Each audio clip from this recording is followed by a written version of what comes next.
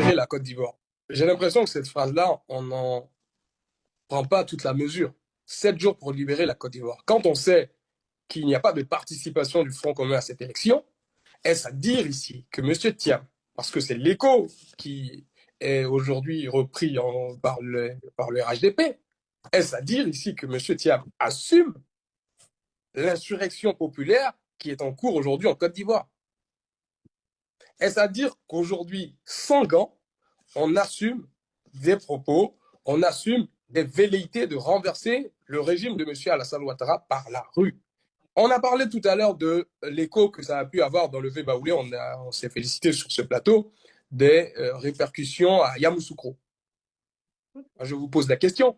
Est-ce qu'aujourd'hui, nous sommes en train d'applaudir des propos qui sèment des troubles et qui sont susceptibles d'engager la responsabilité pénale de M. Thiam? Parce que, soyons très honnêtes, hein, si au terme de 7 jours, la libération de la Côte d'Ivoire, telle qu'annoncée, n'intervient pas, messieurs, il y aura à l'évidence des poursuites pénales à son encontre. On a parlé de cette mort de ce gendarme, de cet officier de la gendarmerie. Moi, je vous renvoie le bébé.